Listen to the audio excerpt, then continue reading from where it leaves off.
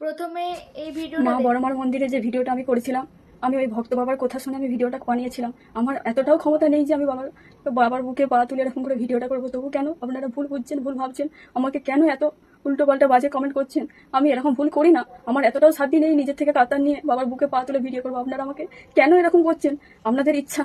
আমি কি সুইসাইড করি? বলুন, এরকম করে আমাকে করছেন। আমার একটা ছোট বাচ্চা আছে, তার মুখের দিকে তাকিয়ে আমাকে সহ্য করতে হচ্ছে। কত অপমান, কত অসম্মান করছেন আপনারা। আমি কি আপনাদের সামনে সুইসাইড করলে আপনারা খুশি হবেন? তাহলে আমি লাইভে আসছি, আপনাদের সামনে গলায় ধরে নেবো, সেটা কি আপনাদের ভালো লাগবে? বলুন, বিনা কারণে আমাকে এত কষ্ট দিচ্ছে।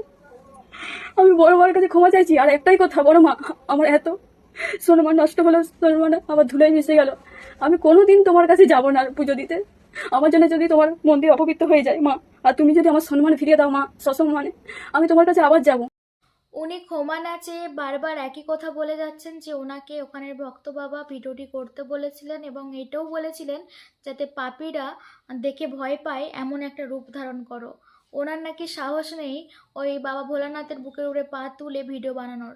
তাহলে যেটা পাবলিককে দেখিয়েছে সেটাই তো পাবলিক দেখছে, কারণ ওখানে এমনভাবেই আছে, কারণ পাবলিক ওটাই বুঝবে যে পা তুলে দাঁড়িয়েছে। আমি বারবার দেখলাম, কিছু বুঝতে পারলাম না যে পাটা কোথায় ছিল।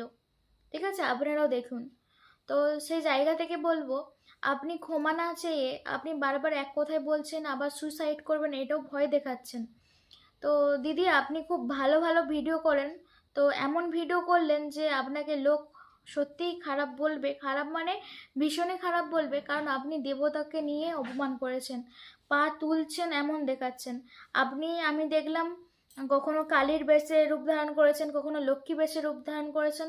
করতেই পারেন, রিলস করতে পারেন, ভিডিও করতেই পারেন, কিন্তু এমন একটা জিনিস করে ফেলেছেন যেখানে কিছু বলার নেই। আপনি ভিডিওটা তুলে নিয়েছেন, ভালো কথা, বিষয়টা নিয়ে আমি বেশি কিছু বলতে চাই না। তবে এরকম জিনিস কেউ করবেন না, কেউ করবেন না। ইনি যে ভক্ত বাবার কথা বলছেন, বিষয়টি একটু যাচাই করে দেখা উচিত। প্রতিবাদ করাটা হয়তো এখন স্কুলের মতো হয়ে গেছে। এখন বেশিরভাগ স্কুলেও যেমন টিচাররা ছাত্রর দিকে শাসন করতে পারে না, প্রতিবাদ করলেই তুমি ফেঁসে যাবে।